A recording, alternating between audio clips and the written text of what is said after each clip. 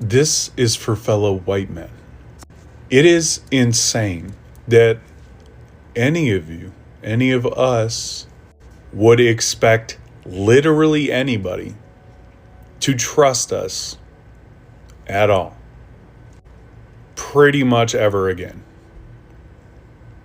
Because not only do non-white communities know that some of you will call the cops or ICE immediately to get people killed or their families destroyed, teenagers know that people that look like me and you will show up when they're expressing their First Amendment right, get out of the car and try to assault them or actually assault them. Okay, so we got that. Okay, that's enough for people to already not trust white men. And we have the Epstein files. Donald Trump's name is in it over 1 million times. They've covered this whole thing up. The government's compromised. We know that. But the fact is that everyone is watching how white men handle this, especially because white men are the majority of the perpetrators, violent fucking psychopaths in the Epstein files. And so why does the white male collective expect anyone to trust us? When y'all are making jokes about it, you're completely ignoring it, you're acting like nothing is happening, which is fucking insane, genuinely, and you're not doing anything about it. You don't want to have the conversation. You don't want to talk about the context of the Epstein files. You don't want to talk about the survivors. You think your mom, sisters, aunts, grandmother are supposed to trust you? The white male collective is severing trust in every fucking community across America. Now, this has already been a thing for centuries. I keep talking about that, because white men, chattel slavery, genocide against the indigenous peoples, Japanese internment camps, like the list is so long. And especially right now, when you have evidence of some of the most violent, heinous, disgusting child abuse, which again is also historically accurate for white men, and white men do nothing.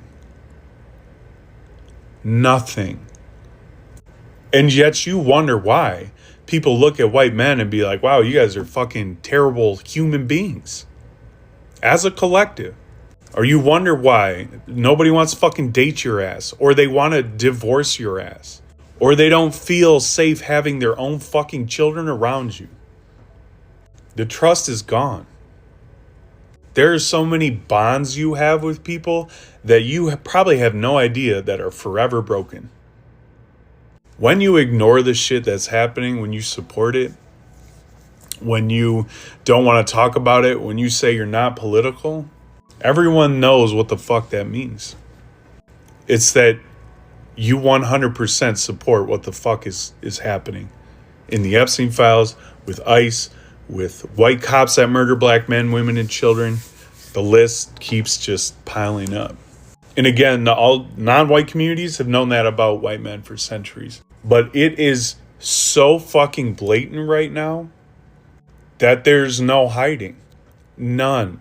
You can't hide. You can't pretend you don't know what the fuck is going on. And as a therapist, I'm working with people from all different demographics, all different backgrounds, and we talk about this shit.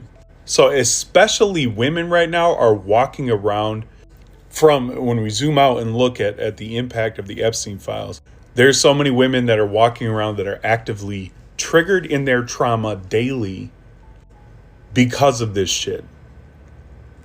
And they can't trust their boyfriends, their dads, their fucking brothers, or any other white men to talk about this shit with, because y'all don't give a fuck.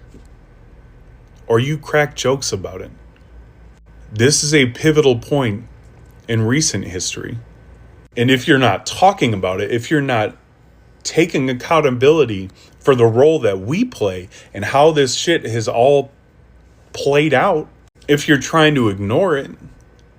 You need to understand you look like and are the one that's rooted in insanity, that is not rooted in reality, that is choosing psychosis. And you'll never be able to get away from it. You've already taken the stance. You've already chosen your side. And that will forever affect your relationships until the day you fucking die.